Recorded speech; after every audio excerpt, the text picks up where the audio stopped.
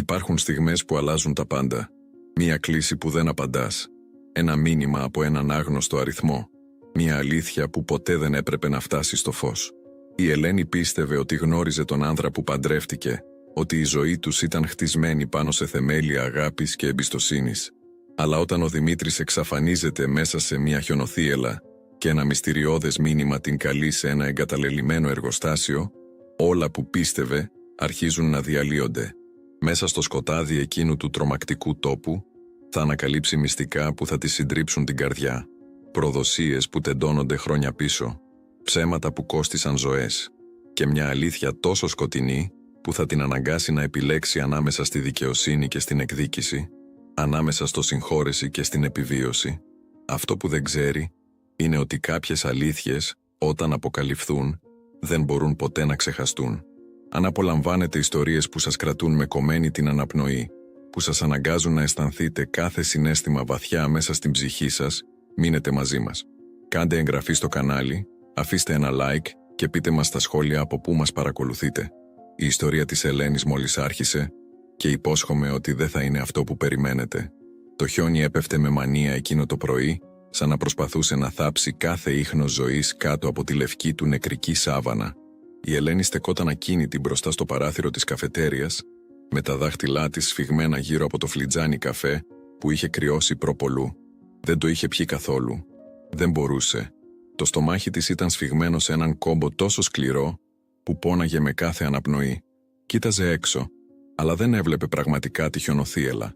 Το μυαλό της ήταν κλειδωμένο σε εκείνη τη στιγμή 3 μέρες πριν, όταν ο Δημήτρης δεν επέστρεψε σπίτι. Το τηλέφωνο της δόνησε ξανά στην τσέπη της. Το είχε αγνοήσει 7 φορές ήδη το πρωί. Ήξερε ποιος ήταν. Η μητέρα του, με τη φωνή της γεμάτη κατηγορίες που ποτέ δεν τολμούσε να εκφράσει με λόγια. Τα μάτια της Ελένης έκαιγαν από την αϊπνία, αλλά τα δάκρυα είχαν στερέψει.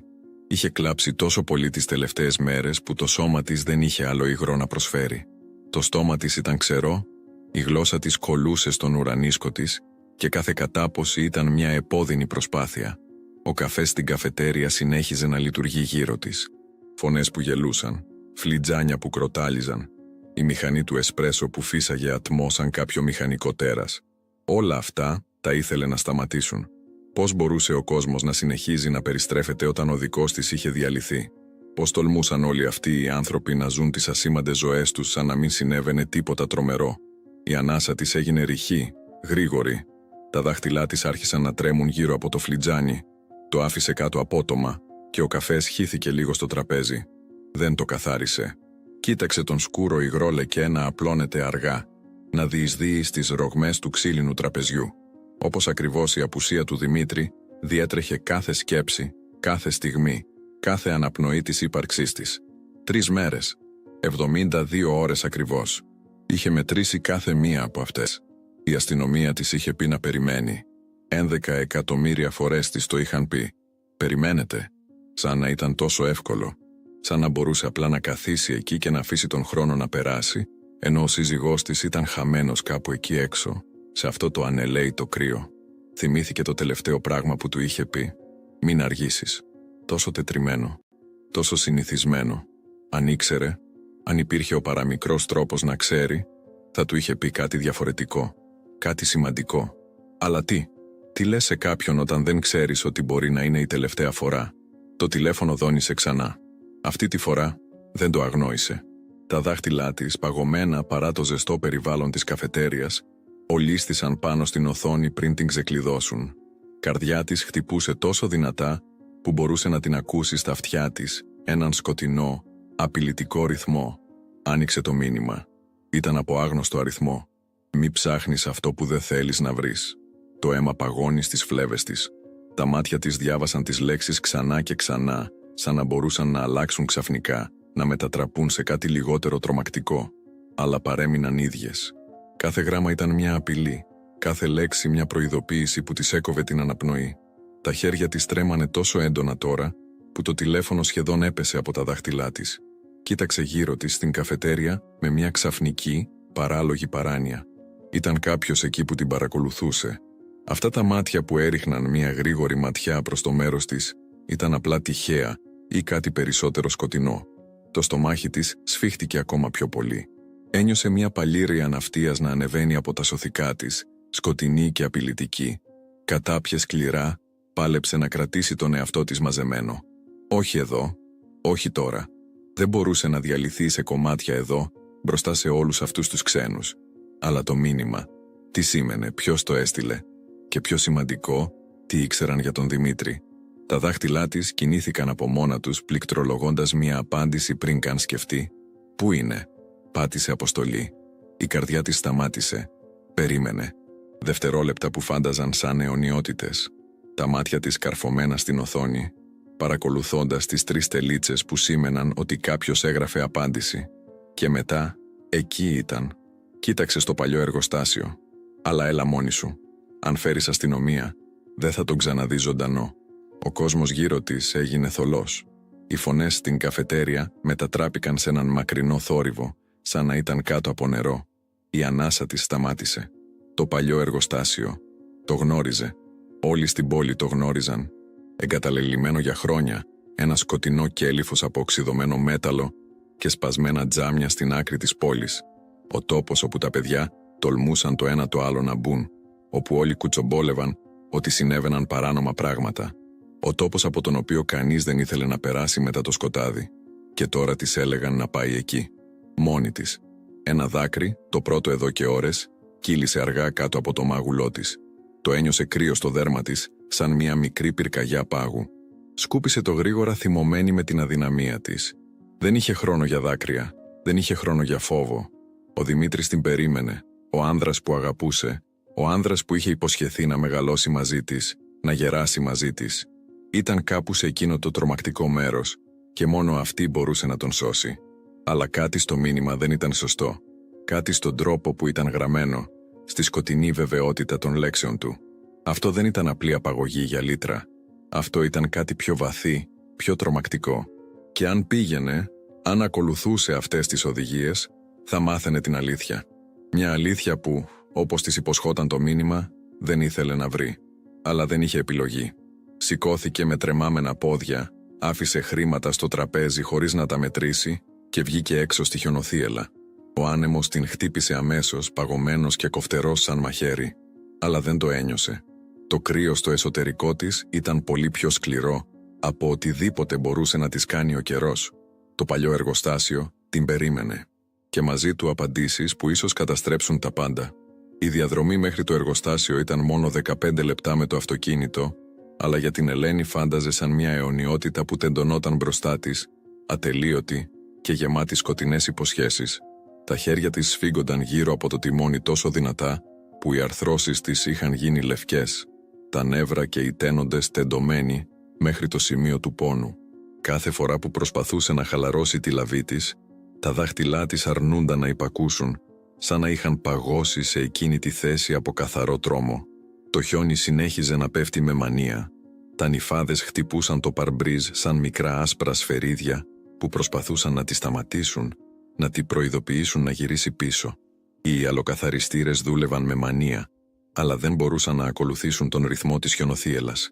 Η ορατότητα ήταν σχεδόν μηδενική. Μπορούσε να δει μόνο μερικά μέτρα μπροστά της και ακόμα και αυτό ήταν ένας θολός καμβάς από λευκό και γκρι. Η καρδιά της χτυπούσε σε έναν ρυθμό που δεν ήταν φυσιολογικός, πολύ γρήγορα, πολύ δυνατά. Ένιωθε κάθε χτύπο στο στήθος της σαν μια φυσική επίθεση, σαν κάτι ζωντανό μέσα της που προσπαθούσε να σπάσει τα πλευρά της και να δραπετεύσει. Το στομάχι της ήταν ένας σκληρός κόμπος, τόσο σφιχτός που πονούσε με κάθε αναπνοή. Η ανάσα της ήρθε σε ρηχές, γρήγορες εισπνοές που δεν της έδιναν αρκετό οξυγόνο.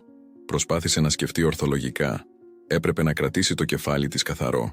Αλλά κάθε σκέψη που προσπαθούσε να σχηματίσει διαλυόταν πριν μπορέσει να την κρατήσει, αντικαθιστώντας από εικόνες που δεν ήθελε να δει.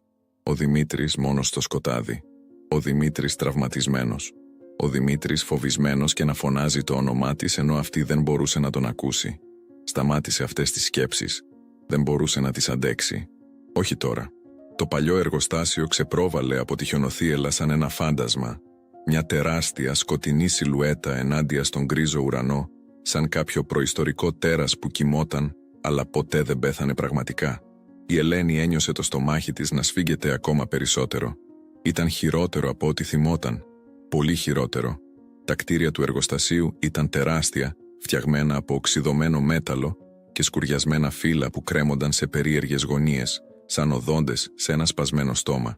Τα παράθυρα ήταν σπασμένα, τα τζάμια χαμένα εδώ και χρόνια, αφήνοντας σκοτεινές τρύπες που έμοιαζαν με μάτια που κοιτούσαν.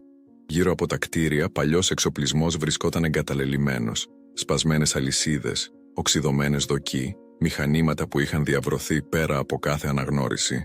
Σταμάτησε το αυτοκίνητο σε μικρή απόσταση από την κύρια είσοδο. Ο κινητήρας πέθανε και ξαφνικά το μόνο ήχο ήταν ο άνεμος που ούρλιαζε γύρω από το αυτοκίνητο, κάνοντάς το να ταλαντεύεται ελαφρώς. Το χιόνι είχε ήδη αρχίσει να συσσωρεύεται στο καπό, ένα λευκό στρώμα που έκρυβε τα πάντα κάτω από έναν ψεύτικο μανδύα αθωότητας. Η Ελένη κοίταξε το τηλέφωνό της. Καμία νέα μηνύματα.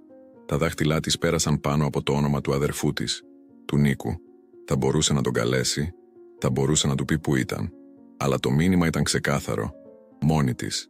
Αν έφερνε κάποιον, αν το έλεγε σε οποιονδήποτε, ο Δημήτρης θα πέθαινε, αν δεν ήταν ήδη νεκρός. Αυτή η σκέψη τη χτύπησε σαν φυσικό πλήγμα στο στομάχι. Όχι, δεν μπορούσε να σκεφτεί έτσι. Ο Δημήτρης ήταν ζωντανός. Έπρεπε να είναι. Δεν υπήρχε άλλη επιλογή.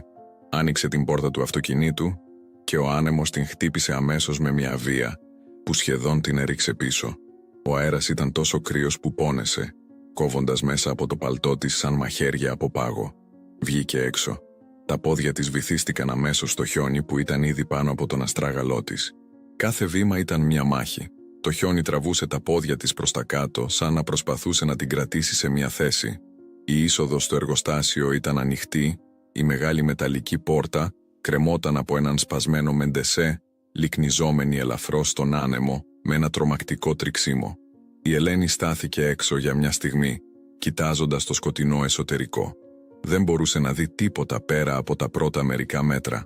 Το σκοτάδι μέσα ήταν απόλυτο, ένα ζωντανό πράγμα που φαινόταν να αναπνέει και να περιμένει. Τα δάχτυλά της βρήκαν το τηλέφωνό της και άνοιξε τον φακό. Το λευκό φως έκοψε μέσα από το σκοτάδι, αλλά φάνταζε αδύναμο και ανεπαρκές. Το φως τρεμόσβηνε ελαφρώς επειδή το χέρι της τρεμόταν. Μπήκε μέσα. Η μυρωδιά την χτύπησε πρώτα. Παλιός σκουριασμένος μέταλλο, σάπιο ξύλο και κάτι άλλο, κάτι γλυκό και άρρωστο που έκανε το στομάχι της να αναστατωθεί. Ήταν σαν κάτι να είχε πεθάνει εδώ μέσα και να σάπιζε στο σκοτάδι. Τα βήματά της ηχούσαν δυνατά στο κενό χώρο. Κάθε ήχος ενισχυόταν από τα ψηλά μεταλλικά τείχη. Το φως από το τηλέφωνό της έλουσε παλιές μηχανές που στέκονταν σαν σκοτεινά μνημεία σε έναν ξεχασμένο κόσμο. Αλυσίδες κρέμονταν από την οροφή, λυκνίζοντας ελαφρά σε ρεύματα αέρα που δεν μπορούσε να δει. «Δημήτρη», η φωνή της βγήκε σαν ψίθυρος, σπασμένη και αδύναμη. Ξαφνικά της φάνηκε ότι φωνάζοντας δυνατά θα ξυπνούσε κάτι που έπρεπε να μείνει κοιμισμένο. Καμία απάντηση. Μόνο ο άνεμος που ούρλιαζε έξω και το τρομακτικό τρίξιμο του μετάλλου. Προχώρησε πιο βαθιά. Το φως της αναζητούσε απεγνωσμένα για οποιοδήποτε σημάδι ζωής. Το πάτωμα ήταν γεμάτο συντρίμμια, σπασμένο γυαλί, κομμάτια σκουριασμένου μετάλλου, χαρτιά που είχαν αποσυντεθεί σε μαλακή πάστα από το χρόνο και την υγρασία. Και μετά το είδε. Ένα σακάκι. Το αναγνώρισε αμέσως. Σκούρο μπλε, με μία μικρή κοιλίδα στο δεξί μανίκι, όπου είχε χύσει καφέ εβδομάδες πριν. Το σακάκι του Δημήτρη. Η ανάσα της κόλλησε στο λαιμό της. Έτρεξε προς αυτό, τα πόδια της γλιστρώντας στο υγρό πάτωμα. Το άρπαξε, τα δάχτυλά της σφίχτηκαν γύρω από το ύφασμα. Ήταν κρύο, υγρό από το χιόνι. Πόσο καιρό είχε πεταχτεί εδώ. «Δημήτρη!» Αυτή τη φορά φώναξε, η φωνή της ηχώντας στο κενό κτίριο γεμάτη τρόμο και απελπισία. «Δημήτρη, πού είσαι?» Και μετά, πίσω από μία στίβα από παλιά κουτιά, άκουσε κάτι. Ένας ήχος τόσο ελαφρύς που σχεδόν τον έχασε. Ένα βογγητό. Η καρδιά της πήδηξε. Έτρεξε προς τον ήχο, το φως του τηλεφώνου της χορεύοντας άγρια. Γύρισε τη γωνία και εκεί, ο Δημήτρης. Ήταν δεμένος σε μια καρέκλα, το κεφάλι του σκυμμένο προς τα εμπρός. Τα μαλλιά του κάλυψαν το πρόσωπό του. Τα ρούχα του ήταν ξεσκισμένα, λερωμένα με κάτι σκούρο που μπορούσε να είναι λάσπη ή αίμα. Τα χέρια του δεμένα πίσω από την καρέκλα, με χοντρό σχοινί που είχε κόψει στο δέρμα του. «Δημήτρη!» Η Ελένη έπεσε στα γόνατά της μπροστά του, τα χέρια της τρέμοντας καθώς έφταναν το πρόσωπό του. Το σήκωσε απαλά και το στομάχι της γύρισε. Το πρόσωπό του ήταν καλυμμένο με μόλοπες, ένα μάτι του πρισμένο και κλειστό. Το χείλος του ήταν σκισμένο, με αίμα να έχει στερέψει στο πηγούνι του. Αλλά τα μάτια του, το ένα καλό μάτι που μπορούσε να ανοίξει, το κοίταξε με μια έκφραση που της πάγωσε το αίμα. Δεν ήταν ανακούφιση, δεν ήταν ευτυχία, ήταν καθαρός τρόμος. Και μετά, πριν μπορέσει να μιλήσει, η φωνή του βγήκε σε έναν ψίθυρο που μόλις μπορούσε να ακούσει. «Δεν έπρεπε να έρθεις. Ο Θεός, Ελένη, δεν έπρεπε να έρθεις. Είναι...» Και μετά ο κόσμος γύρω της εξεράγησε πόνο καθώς κάτι σκληρό την χτύπησε στο πίσω μέρος του κεφαλιού της. Το σκοτάδι ήταν απόλυτο όταν η Ελένη ξύπνησε. Όχι το σταδιακό επιστροφή της συνείδησης που έρχεται μετά από φυσιολογικό ύπνο, αλλά μια βίαιη αιχμηρή επιστροφή που την έκανε να πνιγεί από τον αέρα. Ο πόνος στο πίσω μέρος του κεφαλιού της ήταν έντονος, παλόμενος με κάθε χτύπο της καρδιάς της, εξαπλώνοντας κύματα αγωνίας που έφταναν μέχρι τα μάτια της. Προσπάθησε να φέρει το χέρι της στο σημείο που πονούσε, αλλά συνειδητοποίησε με φρίκι ότι δεν μπορούσε να κινηθεί. Τα χέρια της ήταν δεμένα πίσω από την πλάτη της, το σκοινί τόσο σφιχτό που τα δάχτυλά της μούδιαζαν. Κάθε προσπάθεια να τα στρίψει, να βρει λίγο χώρο, έστελνε κοφτερούς πόνους που πυροβολούσαν από τους καρπούς της μέχρι τους αγκώνες. Τα πόδια της ήταν επίσης δεμένα στους αστραγάλους και κάθισε σε κάτι σκληρό και παγωμένο, τσιμέντο ίσως ή πέτρα. Η ψύχρα διαπερνούσε μέσα από τα ρούχα της, εγκαθιστώντας στα οστά της μέχρι που όλο το σώμα της τρεμόταν. Πού ήταν? Τι συνέβη μετά το χτύπημα? Το τελευταίο πράγμα που θυμόταν ήταν το πρόσωπο του Δημήτρη, τα μάτια του γεμάτα εκείνο τρομακτικό μείγμα τρόμου και ντροπής.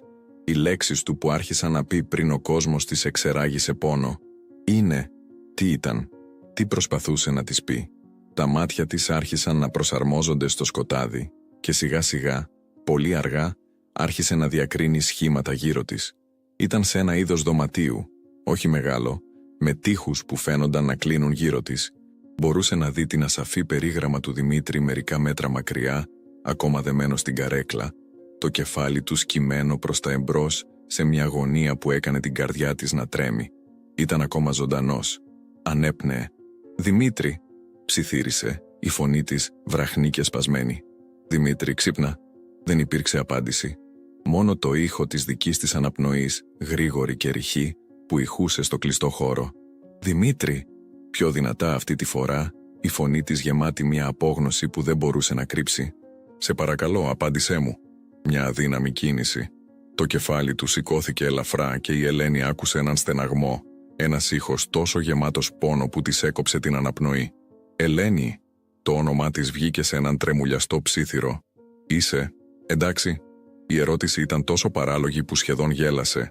«Εντάξει, πώς θα μπορούσε να είναι εντάξει?» Ήταν δεμένη σε ένα σκοτεινό δωμάτιο, χτυπημένη στο κεφάλι, παγιδευμένη με έναν σύζυγο που... Τι ακριβώς ήταν ο Δημήτρης? Θύμα, συνεργός, κάτι πολύ πιο σκοτεινό. «Όχι», απάντησε, και η λέξη βγήκε πιο σκληρή από ό,τι σκόπευε. «Δεν είμαι εντάξει». «Τι στο διάολο συμβαίνει, Δημήτρη? Ποιος μας έκανε αυτό? Και γιατί?» Η φωνή της έσπασε. «Γιατί σε απήγαγαν?» Η σιωπή που ακολούθησε ήταν παχιά και βαριά. Μπορούσε να ακούσει τον Δημήτρη να αναπνέει, κάθε εισπνοή να φαίνεται σαν αγώνας. Και μετά, τόσο ήσυχα που μόλις μπορούσε να ακούσει, επειδή το άξιζα. Οι λέξεις κρέμονταν στον αέρα μεταξύ τους, βαριές με έννοια που δεν καταλάβαινε. Τι εννοούσε το άξιζε? Κανείς δεν άξιζε αυτό, την κακοποίηση, την απαγωγή, τον τρόμο. «Τι εννοείς?» Η φωνή της τρεμόταν τώρα, ένα μείγμα φόβου και αυξανόμενης συνειδητοποίησης ότι υπήρχαν στρώματα σε αυτήν την κατάσταση που δεν κατάλαβε ακόμα.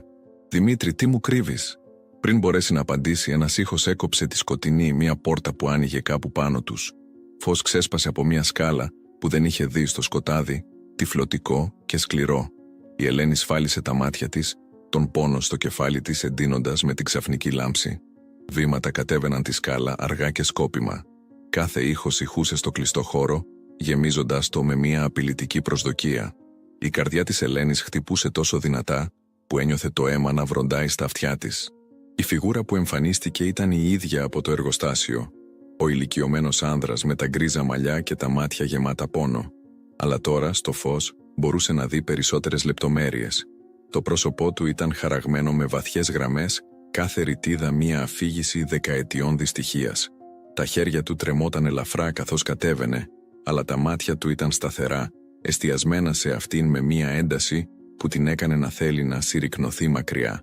«Συγγνώμη», είπε, η φωνή του ακούγοντας γνήσια απολογητική, «για το χτύπημα. Δεν σκόπευα να σε τραυματίσω τόσο σκληρά, αλλά δεν μπορούσα να ρισκάρω να προσπαθήσεις να φύγεις πριν καταλάβεις». «Να καταλάβω τι?» Η φωνή της Ελένης βγήκε πιο δυνατή από ό,τι ένιωθε, γεμάτη έναν θυμό που ήταν ο μόνος τρόπος να κρατήσει τον δρόμο στη θέση του. «Ποιος είσαι? Τι θέλεις από εμάς?» Ο άνδρας την κοίταξε για μία μακρά στιγμή και κάτι σαν λύπη πέρασε από τα χαρακτηριστικά του. «Το όνομά μου είναι Γιώργος», είπε ήσυχα, «και αυτό που θέλω...» Σταμάτησε, τα μάτια του γυρίζοντας στον Δημήτρη. «Αυτό που θέλω είναι δικαιοσύνη. Για την κόρη μου, για την εγγονή μου, για τις ζωές που ο σύζυγός σου κατέστρεψε». Η Ελένη ένιωσε το στομάχι της να στρίβει. «Κατέστρεψε?» Ο Δημήτρης. «Δεν καταλαβαίνω», ψιθύρισε. «Ο Δημήτρης δεν μπορεί να... αλλά έκανε». Ο Γιώργος κινήθηκε πιο κοντά κρατώντας κάτι στο χέρι του, ένας φάκελος, παλιός και φθαρμένος. «Και είναι καιρός να ξέρεις ακριβώς τι είδος άνδρα παντρεύτηκες». Άνοιξε τον φάκελο και άρχισε να βγάζει φωτογραφίες κρατώντας τες μία κάθε φορά στο φως για να μπορεί να δει. Η πρώτη ήταν μια νεαρή γυναίκα που κρατούσε ένα μωρό και το χαμόγελο στο πρόσωπό της ήταν τόσο γεμάτο χαρά που έκανε την καρδιά της Ελένης να πονάει. «Αυτή είναι η κόρη μου η Μαρία», είπε ο Γιώργος, η φωνή του παχιά με συναίσθημα. «Και αυτό είναι το μωρό της, η Εκατερίνη, η εγγονή μου». Σταμάτησε και όταν μίλησε ξανά τα δάκρυα στράγγιζαν κάτω από το πρόσωπό του. «Ο βιολογικός πατέρας της ήταν ο σύζυγός σου». Η Ελένη ένιωσε τον κόσμο να γέρνει. Όχι, αυτό δεν μπορούσε να είναι αλήθεια. Ο Δημήτρης της είχε πει για τη σχέση, για το παιδί που η Σοφία φέρει. Αλλά άλλο παιδί.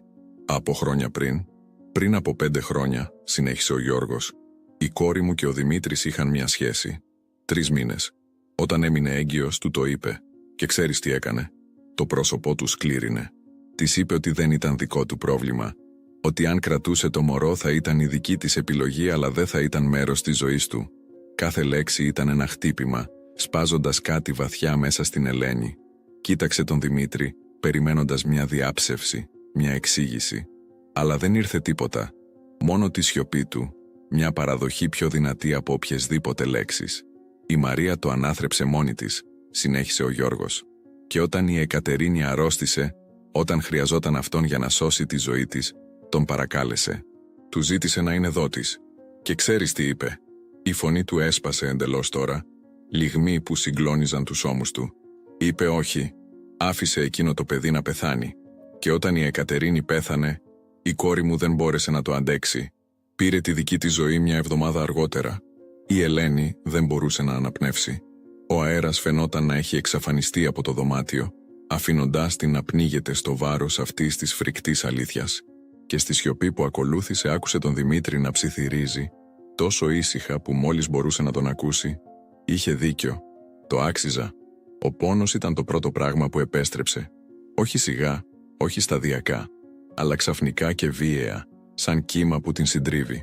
Το κεφάλι της πάλονταν με έναν ρυθμό που τέριαζε με την καρδιά της. Κάθε χτύπος μια νέα έκρηξη αγωνίας που εξαπλωνόταν από το πίσω μέρος του κρανίου της προς τα μάτια της.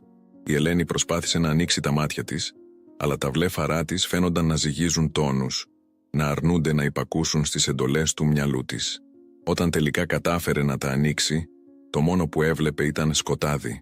Όχι το μαλακό σκοτάδι της νύχτας, αλλά ένα απόλυτο πυκνό μαύρο που φαινόταν να την καταπίνει ολόκληρη. Η αναπνοή της επιταχύνθηκε, παγιδευμένη κάπου μεταξύ πανικού και σύγχυσης. Που ήταν, τι συνέβη, και μετά όλα επέστρεψαν σε μια βίαιη πλημμυρίδα μνημών. Το εργοστάσιο, ο Δημήτρης δεμένος στην καρέκλα, το πρόσωπό του καλυμμένο με μόλοπες, τα μάτια του γεμάτα τρόμο, η φωνή του ψιθυρίζοντας την προειδοποίηση. Και μετά, το χτύπημα, το σκοτάδι. Προσπάθησε να κινηθεί και συνειδητοποίησε με τρόμο ότι δεν μπορούσε. Τα χέρια της ήταν δεμένα πίσω από την πλάτη της το σχοινί κοφτερό κόβοντας τα καρπούς της κάθε φορά που προσπαθούσε να τα περιστρέψει. Τα πόδια της ήταν επίσης δεμένα, η θέση της άβολη και επώδυνη. Κάθισε σε κάποιο είδος σκληρής επιφάνειας, ένα τσιμεντένιο πάτωμα, ίσως παγωμένο ενάντια στο σώμα της, ακόμα και μέσα από τα ρούχα της. Ξύπνησες. Η φωνή ήρθε από το σκοτάδι κάπου μπροστά της, ψυχρή και ήρεμη. Ανδρική φωνή, αλλά όχι μια που αναγνώρισε. Ο τόνος ήταν σχεδόν συνομιλητικός, σαν να σχολίαζαν τον καιρό. Η Ελένη προσπάθησε να μιλήσει, αλλά το στόμα της ήταν τόσο ξερό που η γλώσσα της κόλλησε στον ουρανίσκο της. Κατάπιε σκληρά, ο πόνος κόβοντας το λαιμό της, και προσπάθησε ξανά. «Ποιος?» Η φωνή της ήταν βραχνή, μόλις πάνω από έναν ψίθυρο. Καθάρισε το λαιμό της και προσπάθησε ξανά, δυνατότερα αυτή τη φορά. «Ποιος είσαι? Τι θέλεις?»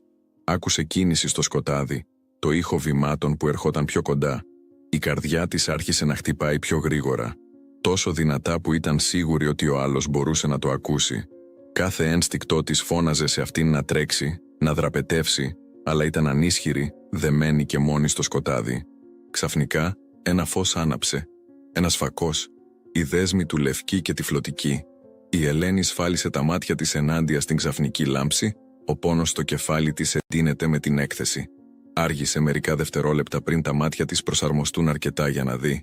Η φιγούρα που κρατούσε το φακός ήταν σκοτεινή, η σιλουέτα της περιγραφόμενη από το φως πίσω της. Δεν μπορούσε να δει το πρόσωπό του, μόνο τη σχέδια της μορφής του, ψηλός, φαρδής στους ώμους, ήσυχα και καλά δομημένος. «Ποιος νομίζεις ότι είμαι?» Η φωνή είχε ένα άκρο διασκέδασης τώρα, σαν να απολάμβανε ένα ιδιωτικό αστείο. Η Ελένη κατάπιε ξανά, προσπαθώντας να κρατήσει τη φωνή της σταθερή.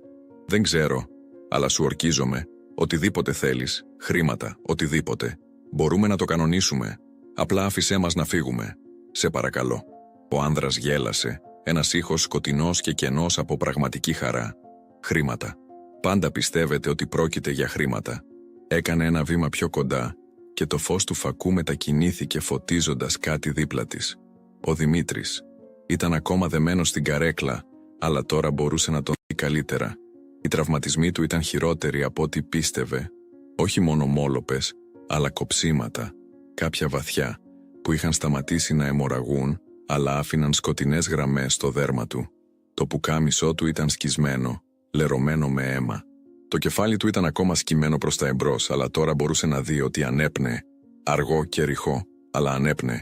«Δημήτρη», ψιθύρισε η φωνή της σπάζοντας. «Δημήτρη, κοίταξέ με». Το κεφάλι του κινήθηκε ελαφρά και το ένα μάτι του, το καλό, άνοιξε μια χαραμάδα. Όταν την είδε, κάτι περνούσε διαμέσου του προσώπου του. Όχι ανακούφιση, όχι ευτυχία. Ντροπή. Βαθιά, συντριπτική ντροπή που την συγκλώνησε περισσότερο από οποιοδήποτε τραύμα στο σώμα του. «Συγγνώμη», ψιθύρισε, η φωνή του τόσο αδύναμη που μόλις μπορούσε να την ακούσει. «Ελένη, συγγνώμη, δεν ήθελα». «Αρκετά». Η φωνή του απαγωγέα κόβει στη μέση, κρύα και οριστική. Γύρισε το φακός προς τον Δημήτρη και για πρώτη φορά η Ελένη είδε ξεκάθαρα την έκφραση του συζύγου της. Φόβος. Απόλυτος, ανώθευτος φόβος. «Πες της», είπε ο απαγωγέας, και υπήρχε κάτι σχεδόν απαλό στο τόνο του τώρα, σαν να μιλούσε σε ένα παιδί. «Πες της γιατί είστε εδώ. Πες της τι έκανες». Ο Δημήτρης έκλεισε το μάτι του και ένα δάκρυ κύλησε κάτω από το μάγουλό του, αφήνοντας μια καθαρή γραμμή μέσα από το βρώμικο δέρμα. «Δεν μπορώ», ψιθύρισε. «Δεν μπορείς». Ο απαγωγέας έκανε ένα τσικνιστό ήχο. «Ή δεν θέλεις, γιατί είναι διαφορετικό, ξέρεις. Το δεν μπορώ υποδηλώνει ανικανότητα. Το δεν θέλω υποδηλώνει δειλία». Σταμάτησε, αφήνοντας τις λέξεις να κρεμάσουν στον αέρα. «Οπότε ποιο είναι, Δημήτρη? Είσαι ανίκανος ή δειλός?»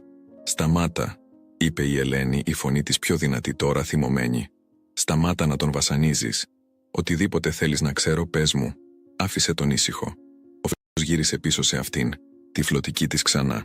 «Α, αλλά δεν πρόκειται για αυτό που θέλω να ξέρεις. Πρόκειται για αυτό που ο σύζυγός σου χρειάζεται να πει. Πρόκειται για την αλήθεια να βγει στο φως». Η φωνή του έγινε σκληρότερη. «Και θα το πει. Είτε τώρα με τη δική του βούληση, είτε αργότερα, όταν ο πόνος γίνει αβάσταχτος». Ο Δημήτρης κούνησε το κεφάλι του άγρια και ο θυμός της Ελένης έδωσε τη θέση του σε κάτι σκοτεινότερο, φόβος. Τι μπορούσε να είναι τόσο φρικτό, ότι ο Δημήτρης προτιμούσε την κακοποίηση παρά να το πει. «Δημήτρη», είπε απαλά προσπαθώντας να κρατήσει την φωνή της σταθερή, «είναι εντάξει. Οτιδήποτε είναι, μπορούμε να το αντιμετωπίσουμε. Απλά πες μου».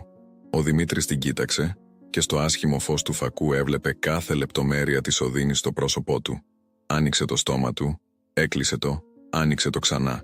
Οι λέξεις φάνταζαν να παλεύουν μέσα του, να προσπαθούν να βρουν τον δρόμο τους έξω.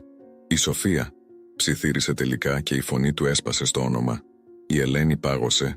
Η Σοφία, η καλύτερη φίλη της από το κολέγιο, η κουμπάρα του γάμου τους, η γυναίκα που την ονόμασε αδερφή.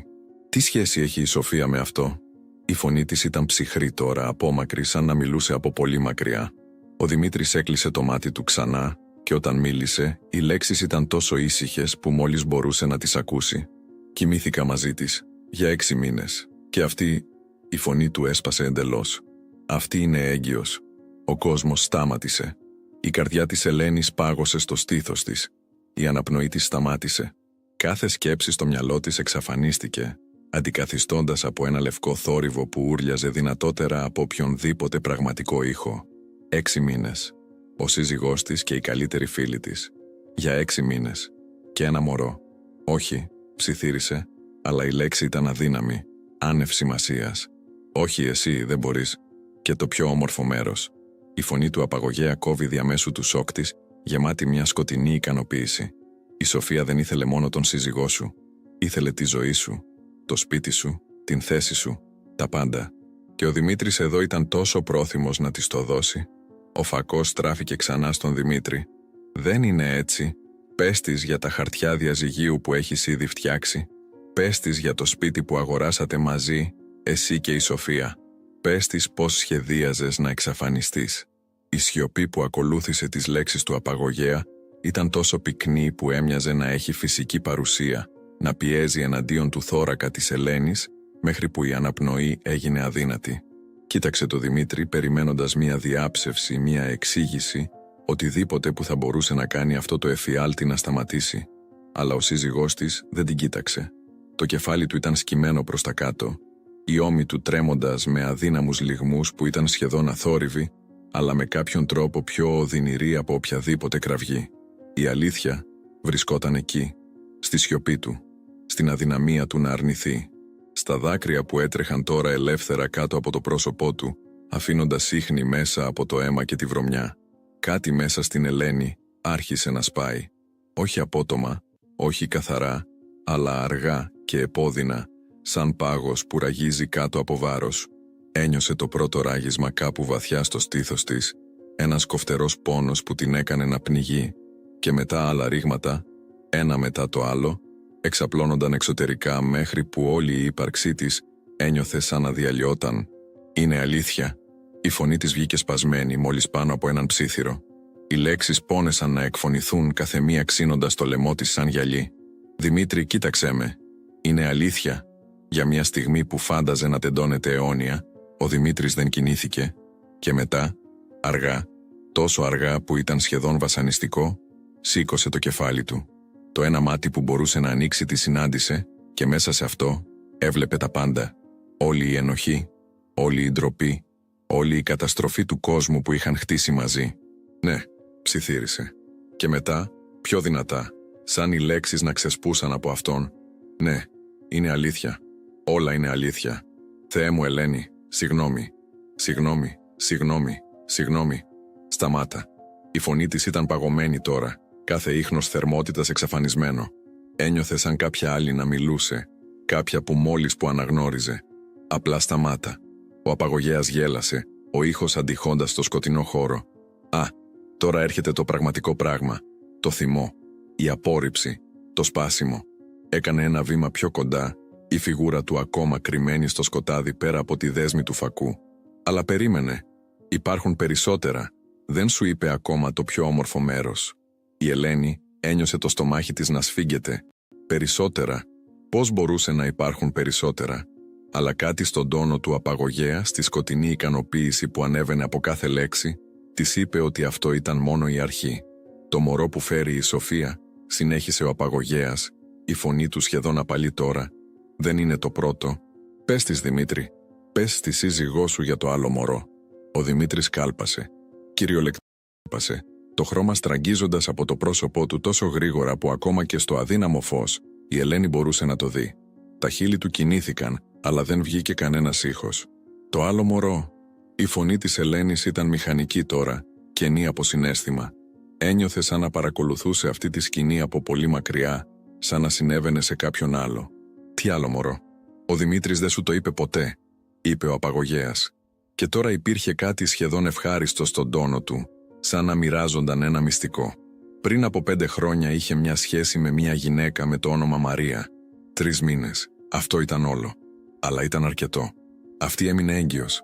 Γέννησε ένα κορίτσι. Ο κόσμος γύρω από την Ελένη άρχισε να περιστρέφεται. 5 χρόνια. 5 χρόνια πριν ήταν όταν πέρασαν τη χειρότερη περίοδο του γάμου τους, όταν σχεδόν χωρίσαν. Είχαν δουλέψει μέσα από αυτό. Είχαν ανοικοδομήσει. Είχε πιστέψει ότι ξεπέρασαν αυτό. Αλλά ήταν όλα ένα ψέμα. Όλα. «Ένα παιδί», ψιθύρισε. «Έχεις ένα παιδί?» «Είχε», διόρθωσε ο απαγωγέας. «Η μικρή Εκατερίνη. Θα γινόταν 5 ετών τον επόμενο μήνα». Σταμάτησε αφήνοντας τη λέξη να αιωρείται στον αέρα. «Θα γινόταν». Κάτι στον τρόπο που το είπε έκανε το αίμα της Ελένης να παγώσει. Το χρησιμοποίησε στο παρελθόν. «Θα γινόταν». «Όχι θα είναι». «Τι εννοείς θα γινόταν?» Η φωνή της τρεμόταν τώρα. Όλη η αποστασιοποίηση έσπασε καθώς μια νέα τρομακτική συνειδητοποίηση άρχισε να σχηματίζεται. Ο φακός γύρισε ξαφνικά, φωτίζοντας το πρόσωπο του απαγωγέα για πρώτη φορά. Η Ελένη πνίγηκε. Ήταν ηλικιωμένος από ό,τι περίμενε, με γκριζόλευκα μαλλιά και βαθιές ρητίδες που εγχάρασαν το πρόσωπό του. Αλλά ήταν τα μάτια που την παγίδευσαν, σκοτεινά, άπειρα, γεμάτα ένα πένθος τόσο βαθύ που ήταν σχεδόν απτό. «Είμαι ο πατέρας της Μαρίας», είπε απλά. «Και το εγγόνι μου, η μικρή Εκατερίνη, πέθανε πριν από 3 εβδομάδες. Λευχαιμία. Πέθανε επειδή χρειαζόταν μεταμόσχευση μυελού των οστών και ο μόνος δότης συμβατός ήταν ο βιολογικός της πατέρας», έδειξε στον Δημήτρη. Αλλά αυτός αρνήθηκε. Η σιωπή που ακολούθησε ήταν απόλυτη.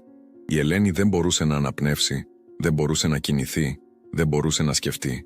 Τα μάτια της γύρισαν στον Δημήτρη, ψάχνοντας για μια διάψευση, για οτιδήποτε που θα μπορούσε να κάνει αυτό να μην είναι αλήθεια. Αλλά το πρόσωπο του Δημήτρη είπε τα πάντα. Η απόλυτη ανομαλία, η συντριπτική ντροπή που έγραφε κάθε γραμμή του προσώπου του. «Είπες όχι?» Η φωνή της ήταν μόλις περισσότερο από έναν αερισμό, σπασμένη και άπιστη. «Ένα παιδί πέθανε επειδή αρνήθηκες να σώσεις τη ζωή της». «Δεν ήξερα τι να κάνω», είπε ο Δημήτρης, και η φωνή του ήταν γεμάτη απόγνωση. «Αν σε έλεγα, θα έπρεπε να σε πω για τη Μαρία, για το μωρό, για όλα.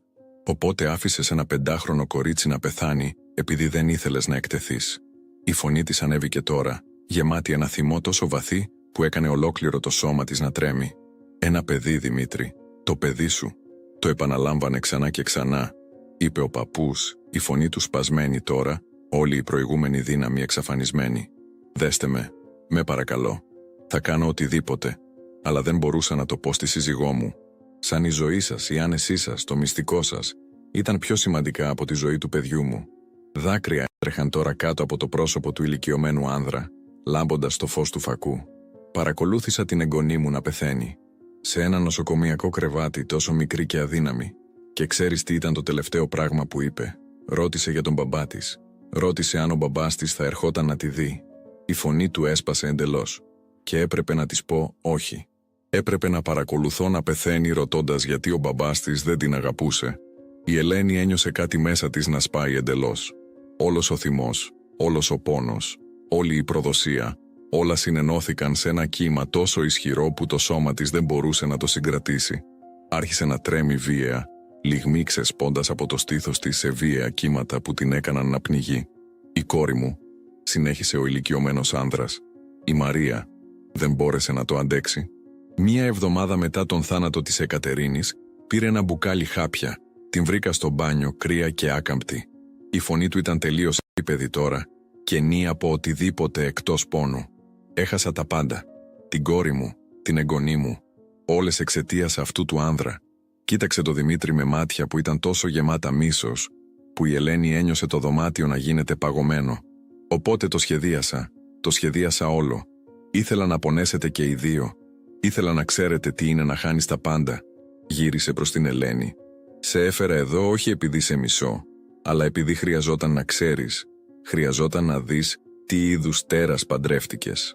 Σήκωσε ένα πιστόλι από την τσέπη του και η Ελένη πνίγηκε. «Και τώρα», είπε ήσυχα, «θα τελειώσω αυτό που ξεκίνησα». Το πιστόλι στο χέρι του ηλικιωμένου άντρα έλαμπε στο αδύναμο φως του φακού, το μέταλλο ψυχρό και θανατερό. Η Ελένη κοίταξε την κάνη του, παγιδευμένη σε μια στιγμή που φάνταζε να τεντώνεται αιώνια. Η καρδιά της χτυπούσε τόσο δυνατά που ο ήχος γέμιζε τα αυτιά της. Ένας θόρυβος που πνιγόταν κάθε άλλη σκέψη. Αυτό ήταν το τέλος. Μετά από όλα, την προδοσία, τον πόνο, τις αποκαλύψεις που συνέτριψαν τον κόσμο της σε 1000 κομμάτια, αυτό θα ήταν πώς θα τελείωνε. «Παρακαλώ». Η φωνή του Δημήτρη έσπασε τη σιωπή, ράγισμα από απόλυτη απελπισία. «Παρακαλώ, μην την κάνεις κακό. Αυτό δεν έχει καμία σχέση με αυτήν. Είμαι εγώ που σου έκανε κακό. Είμαι εγώ που σε πρόδωσε. Σκότωσέ με αν θέλεις, αλλά άφησε την να ζήσει». Ο παππούς γύρισε αργά στο Δημήτρη, το πιστόλι ακόμα σταθερό στο χέρι του. «Την αγαπάς τώρα. Τώρα που όλα τα μυστικά σου είναι στο φως. Τώρα που ξέρει τι είσαι πραγματικά». Η φωνή του ήταν γεμάτη πικρία. «Πού ήταν αυτή η αγάπη όταν η κόρη μου σε παρακαλούσε να σώσεις την εγγονή μου? Πού ήταν όταν η μικρή Εκατερίνη ψιθύριζε το όνομά σου στον ύπνο της, ονειρευόμενη έναν πατέρα που ποτέ δεν γνώρισε?» Η Ελένη παρακολουθούσε αυτή την ανταλλαγή, σαν να ήταν έξω από το σώμα της παρατηρώντας από μακριά. Το μυαλό της ακόμα προσπαθούσε να επεξεργαστεί τα πάντα. Το παιδί που πέθανε, η σοφία που έφερε το μωρό του Δημήτρη, η προδοσία που τεντωνόταν χρόνια πίσω. Ήταν υπερβολικό. Υπερβολικός πόνος, υπερβολική καταστροφή. Και όμως μέσα από όλα αυτά κάτι άλλο άρχισε να σχηματίζεται. Μια ερώτηση που δεν είχε θέση σε αυτή τη στιγμή, αλλά αρνήθηκε να αφεθεί. «Πώς το έμαθες?» Η φωνή της βγήκε τραχιά και σπασμένη, αλλά σταθερή. «Για τη Σοφία, για το μωρό που φέρει. Πώς τα ήξερες όλα αυτά?» Ο παππούς την κοίταξε και για πρώτη φορά είδε κάτι που έμοιαζε με σεβασμό να περνάει διαμέσου των χαρακτηριστικών του. «Γιατί σε παρακολουθούσα και τους δύο για μήνες. Κάθε κίνηση, κάθε συνάντηση, κάθε μυστικό. Ήθελα να ξέρω τα πάντα πριν να ενεργήσω. Ήθελα η εκδίκησή μου να είναι τέλεια». Σταμάτησε κοιτάζοντας το πιστόλι στο χέρι του. «Και πίστευα ότι η σκότωσή του θα ήταν αρκετή. Αλλά όσο περισσότερο μάθαινα, όσο περισσότερα μυστικά ανακάλυπτα, συνειδητοποίησα ότι ο θάνατος θα ήταν υπερβολικά εύκολος για αυτόν. Έκανε ένα βήμα πιο κοντά στον Δημήτρη, η κίνησή του αργή και σκόπιμη. Ήθελα να υποφέρει. Ήθελα να χάσει τα πάντα, όπως εγώ έχασα. Τη σύζυγό του, την αξιοπρέπειά του, το μέλλον του. Ήθελα να ζει με το βάρος των επιλογών του κάθε μέρα για το υπόλοιπο της αξιόλυπης ζωής του». Η Ελένη κατάλαβε ξαφνικά που πήγαινε αυτό. «Δεν θα με σκοτώσεις», ψιθύρισε. «Δεν ήταν ποτέ το σχέδιο σου». Ο παππούς γύρισε προς αυτήν και ένα πικρό χαμόγελο άγγιξε τα χείλη του. «Είσαι έξυπνη».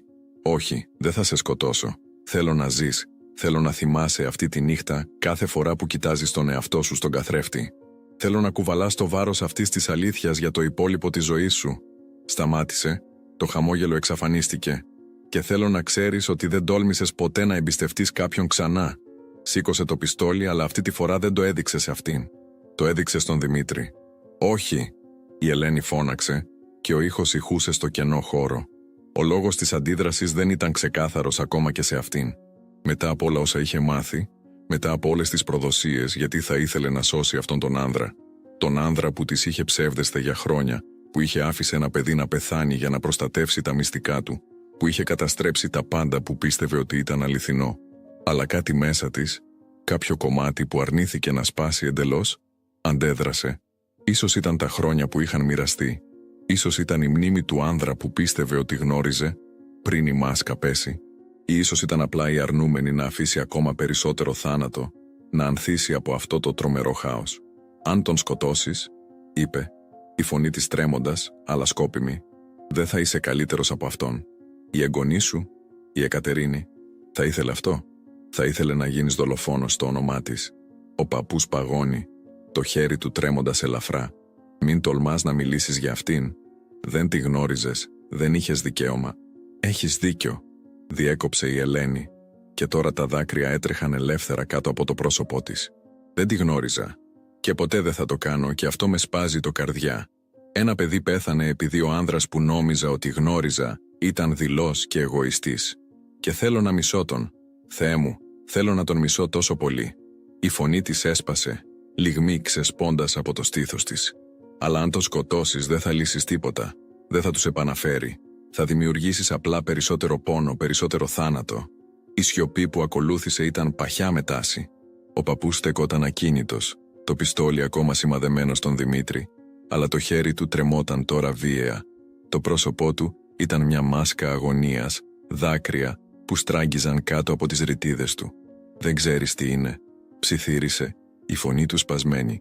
«Να παρακολουθείς τον κόσμο σου να διαλύεται, να χάνεις τα πάντα που έδωσε νόημα στη ζωή σου. Το ξέρω τώρα». Η φωνή της Ελένης ήταν απαλή αλλά γεμάτη πόνο. «Ο κόσμος μου μόλις διαλύθηκε. Όλα που πίστευα ότι ήταν αληθινό ήταν ένα ψέμα. Η σύζυγός μου, ο γάμος μου, ο καλύτερος φίλος μου, όλα είναι τέφρα τώρα». Σταμάτησε. Η αναπνοή της ερχόταν σε ρηχές κλωτσιές.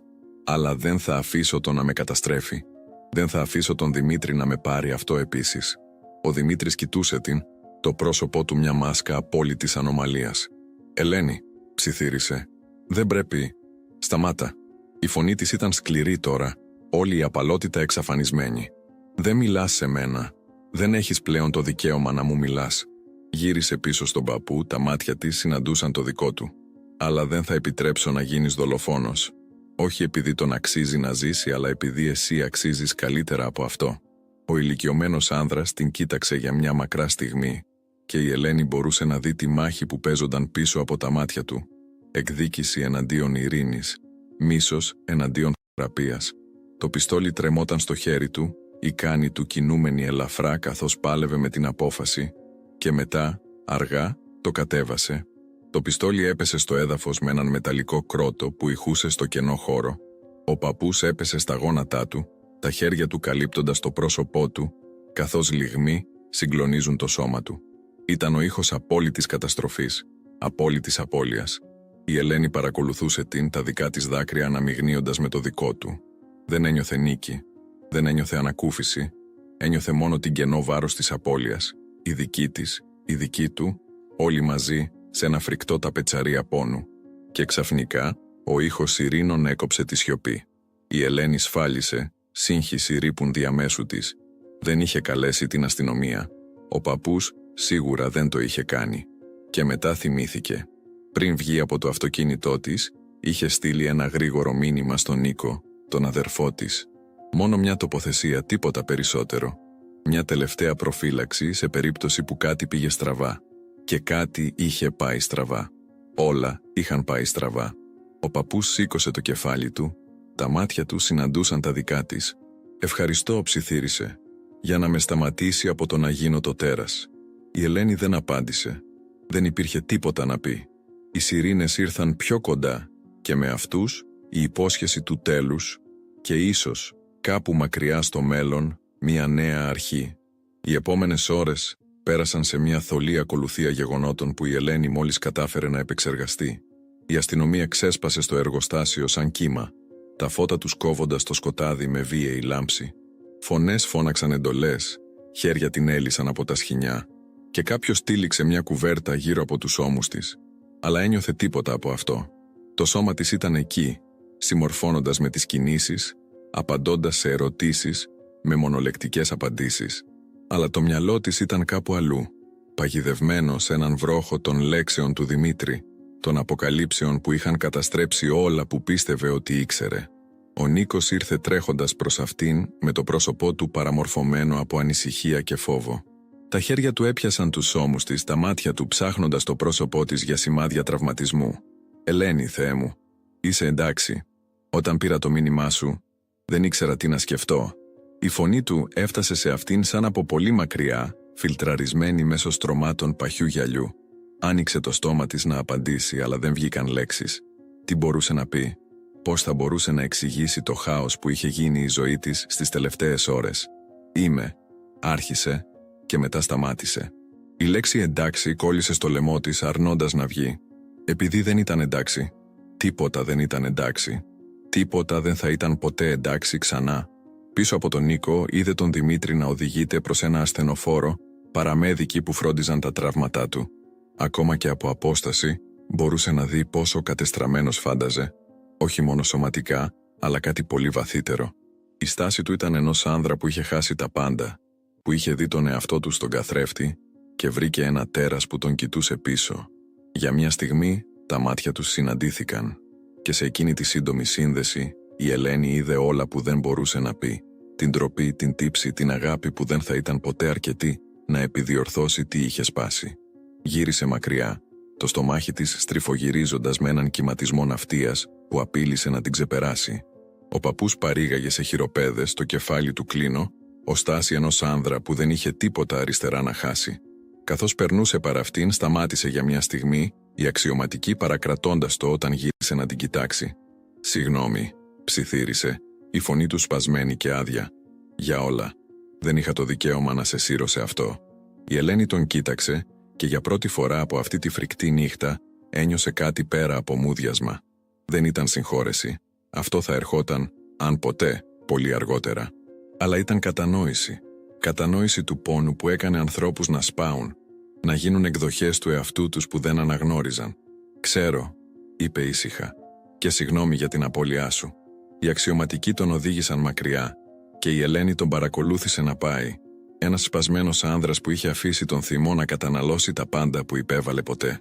«Ελένη», η φωνή του Νίκου την έφερε πίσω. «Πρέπει να πάμε στο νοσοκομείο.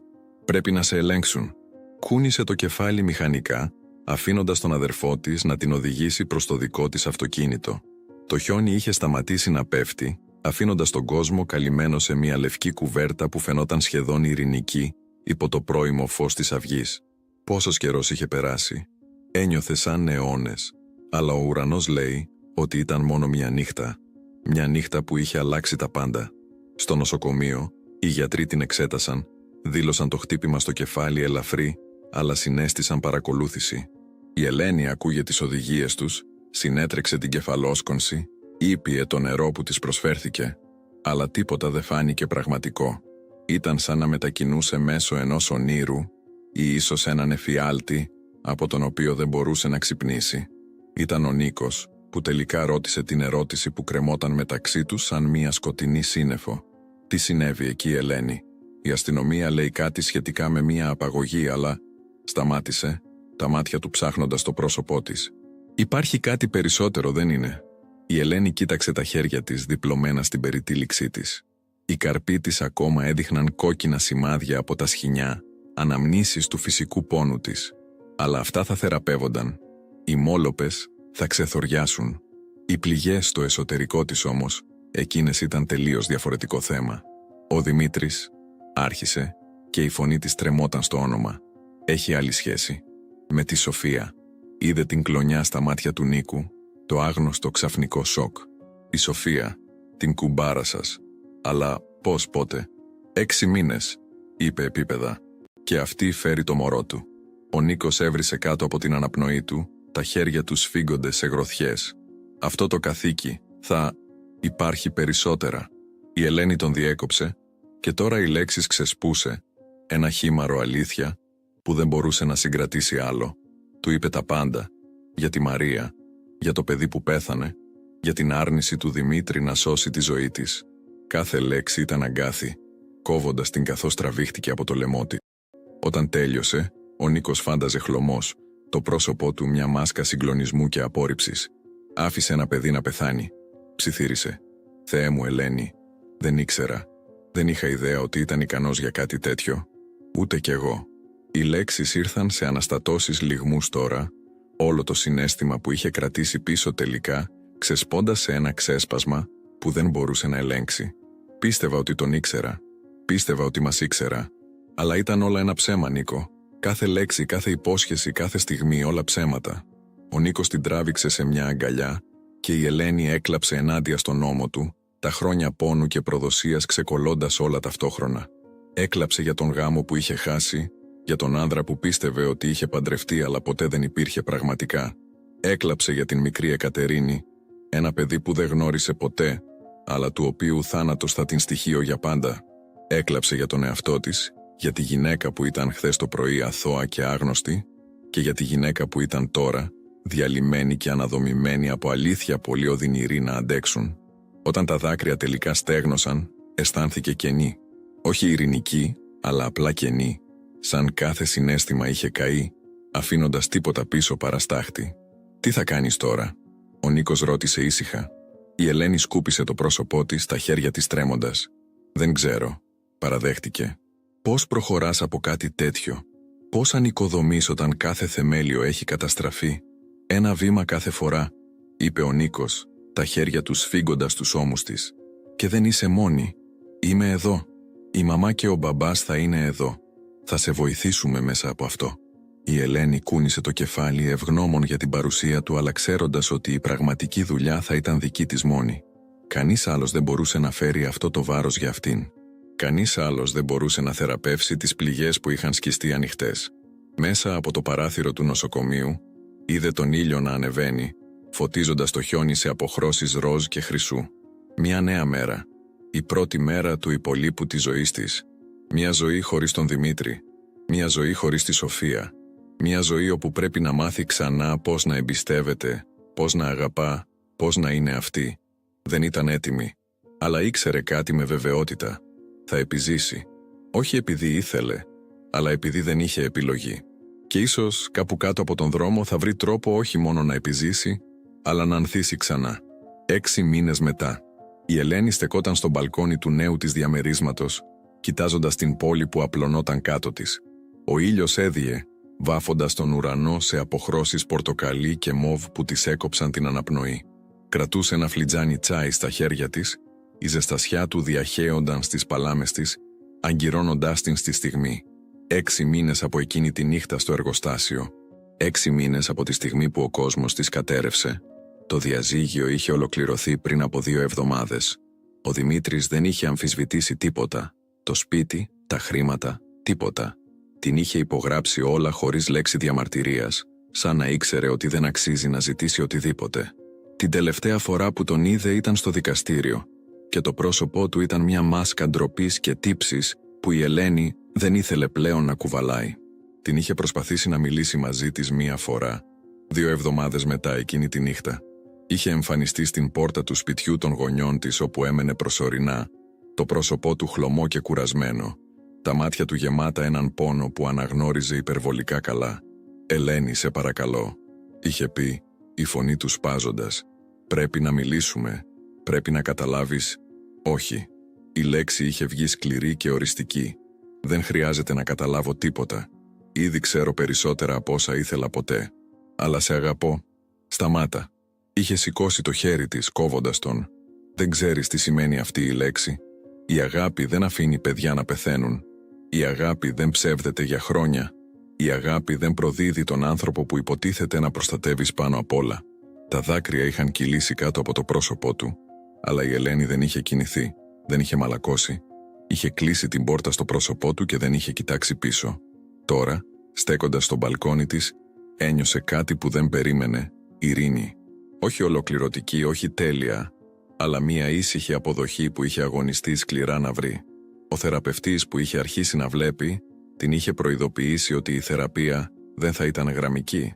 Θα υπήρχαν μέρες που θα αισθανόταν ισχυρή και μέρες που το βάρος της προδοσίας θα την συντρίβει.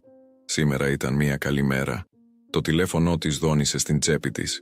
Το έβγαλε, βλέποντας ένα όνομα που έκανε το στομάχι της να σφίξει ελαφρά. Η Σοφία. Δεν είχε μιλήσει με την πρώην καλύτερη φίλη της από εκείνη τη νύχτα. Δεν ήθελε να το κάνει. Η προδοσία της Σοφίας ήταν, με κάποιους τρόπους, πιο βαθιά από του Δημήτρη. Ο Δημήτρης ήταν ο σύζυγός της, και αν και η απιστία του πονούσε, υπήρχε μια μακρά ιστορία τέτοιων προδοσιών που κατανοούσε. Αλλά η Σοφία ήταν η αδερφή που επέλεξε, η γυναίκα που πίστευε ότι θα ήταν εκεί για πάντα. Και όλο αυτό το χρόνο είχε κοιμάται με τον σύζυγό της, σχεδιάζοντας να πάρει τη ζωή της. Η Ελένη άφησε το τηλέφωνο να δονηθεί μέχρι που πήγε στο αυτόματο τηλεφωνητή. Ήταν έτοιμη να το ξεχάσει όταν ένα μήνυμα ήρθε.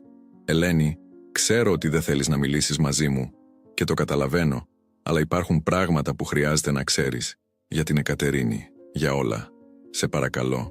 Η Ελένη κοίταξε το μήνυμα για μια μακρά στιγμή. Μέρος της ήθελε να το διαγράψει, να μην δώσει στη Σοφία ούτε ένα ακόμα δευτερόλεπτο της σκέψης.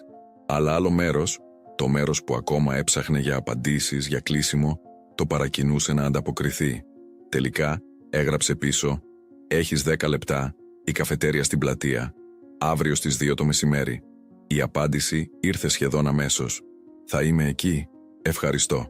Την επόμενη μέρα η Ελένη έφτασε στην καφετέρια 10 λεπτά νωρίς, παραγγέλνοντας έναν καφέ και καθίσοντας στο ίδιο τραπέζι όπου είχε καθίσει εκείνο το πρωί πριν από 6 μήνες. Ήταν περίεργο πως πολλά είχαν αλλάξει από τότε. Και όμως η καφετέρια έμενε η ίδια, οι ίδιες καρέκλες, το ίδιο τραπέζια, οι ίδιοι ήχοι από τη μηχανή εσπρέσο. Η Σοφία έφτασε ακριβώς στις 2.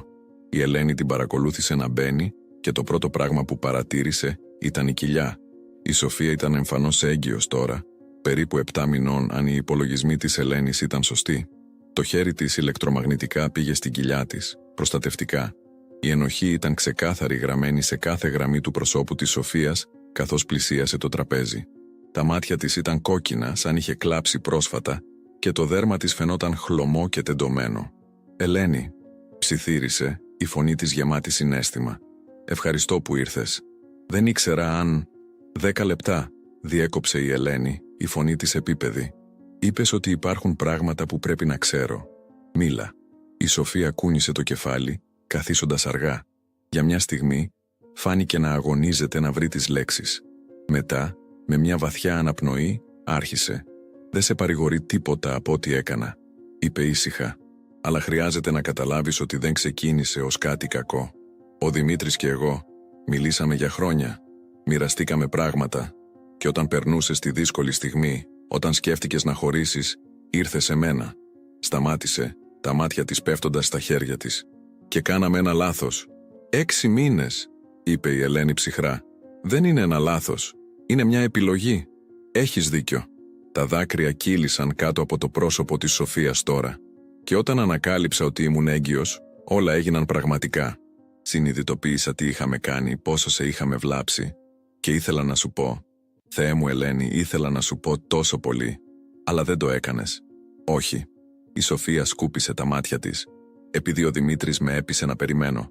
Είπε ότι θα σου έλεγε, ότι χρειαζόταν να είναι αυτός. Και χάζευα, ήθελα να τον πιστέψω». Η Ελένη ένιωσε τον θυμό να ανάβει στο στήθος της, αλλά τον κράτησε πίσω. Τι σχέση έχει αυτό με την Εκατερίνη? Η Σοφία πήρε μια τρεμουλιαστή αναπνοή. Όταν η Μαρία έφτασε σε εμάς, στον Δημήτρη, ζητώντας τη βοήθειά του, του είπα να πάει. Του είπα ότι έπρεπε να σώσει εκείνο το παιδί, ότι ήταν η μόνη σωστή πράγμα. Η φωνή της έσπασε. Αλλά φοβήθηκε. Φοβήθηκε ότι αν έκανε αυτό, θα έχανε τα πάντα. Έτσι αρνήθηκε. Και όταν το έμαθα, όταν κατάλαβα ότι εκείνο το παιδί πέθανε επειδή ήταν δειλός, το μίσησα. Η Ελένη την κοίταξε, σοκαρισμένη. «Το μίσησες?» «Ναι». Η Σοφία τη συνάντησε τα μάτια της για πρώτη φορά. Συνειδητοποίησα τι είδος άνδρα πραγματικά ήταν. Και συνειδητοποίησα ότι δεν μπορούσα να ανατρέφω ένα παιδί με αυτόν. Δεν μπορούσα να δημιουργήσω μια οικογένεια με κάποιον που θα άφηνε ένα παιδί να πεθάνει. «Οπότε τι?» «Τέλειωσες μαζί του?» Η Σοφία κούνησε το κεφάλι. 2 εβδομάδες πριν απαχθεί. Του είπα ότι τέλειωσε, ότι θα ανάτρεφα αυτό το μωρό μόνη μου. Και του είπα ότι έπρεπε να σου πει την αλήθεια, ότι αν δεν το έκανε, θα το έκανα εγώ. Η Ελένη κάθισε πίσω, η σκέψη της αγωνιζόμενη για να επεξεργαστεί αυτό. «Οπότε όταν απάχθηκε, νόμιζε ότι ήμουν εγώ», τελείωσε η Σοφία. «Ή κάποιος που έστειλα. Γι' αυτό δεν το είπε σε κανέναν. Νόμιζε ότι με κάποιο τρόπο όλα ήταν δικό του φταίξιμο». Η Ελένη δεν ήξερε τι να αισθανθεί. Μισό από αυτήν ακόμα ήθελε να μισήσει τη Σοφία για όλα που είχε κάνει. Αλλά το άλλο μισό, το μέρος που προσπαθούσε να θεραπεύσει, να προχωρήσει, κατάλαβε ότι η Σοφία ήταν απλά μια άλλη γυναίκα που είχε πέσει για τα ψέματα του Δημήτρη. «Δεν σε συγχωρώ», είπε η Ελένη τελικά. «Δεν ξέρω αν θα μπορέσω ποτέ. Αλλά ευχαριστώ που μου είπες την αλήθεια». Η Σοφία κούνησε το κεφάλι, τα δάκρυα ρέοντας ελεύθερα τώρα. «Το μωρό», ψιθύρισε. «Είναι κορίτσι. Θα το ονομάσω Εκατερίνη». Το στομάχι της Ελένης σφίχτηκε, αλλά κατάλαβε τη σημασία της χειρονομίας. Ένα τρόπο να τιμήσει το παιδί που χάθηκε, να δώσει στη μνήμη της ένα είδος κληρονομιάς. Σηκώθηκε έτοιμη να φύγει, αλλά στάματησε, γυρίζοντας πίσω για μια τελευταία φορά. «Φρόντισε την καλά», είπε ήσυχα. «Εκείνη το μικρό κορίτσι, δώστε της την αγάπη που η πρώτη Εκατερίνη ποτέ δεν πήρε». Και με αυτό βγήκε στον ήλιο της μεσημεριού, αφήνοντας το παρελθόν πίσω της για πάντα. Η ιστορία της Ελένης μας θυμίζει ότι ο πόνος Όσο βαθύς κι αν είναι, δεν είναι το τέλος. Είναι η αρχή μιας νέας κατανόησης, μιας νέας δύναμης που δεν ξέραμε ότι είχαμε. Όταν ο κόσμος που χτίσαμε καταραίει γύρω μας, όταν οι άνθρωποι που αγαπήσαμε μας προδίδουν με τρόπους που δεν μπορούσαμε ποτέ να φανταστούμε, μένουμε με μια επιλογή: να αφήσουμε την προδοσία να μας καταστρέψει ή να τη χρησιμοποιήσουμε ως το θεμέλιο για κάτι δυνατότερο, κάτι πιο αληθινό. Η Ελένη επέλεξε να επιβιώσει, να αναδομηθεί από τα συντρίμμια της ζωής της. Αλλά τι θα έκανες εσύ? Αν ανακάλυπτες ότι όλα που πίστευες ήταν ένα ψέμα, θα έβρισκες τη δύναμη να συγχωρήσεις ή το θάρρος να προχωρήσεις. Κάποιες πληγές δεν θεραπεύονται ποτέ εντελώς, αλλά μαθαίνουμε να ζούμε μαζί τους, να τις μετατρέπουμε σε σημάδια επιβίωσης αντί για σημάδια ήττας. Η Ελένη μας δίδαξε ότι η πραγματική δύναμη δεν βρίσκεται στο να κρατάς κάποιον που δεν σε αξίζει, αλλά στο να έχεις το θάρρος να αφήσεις να φύγει. Ότι η συγχώρεση δεν σημαίνει να ξεχνάς, αλλά να απελευθερώνεις τον εαυτό σου από το βάρος του μίσους.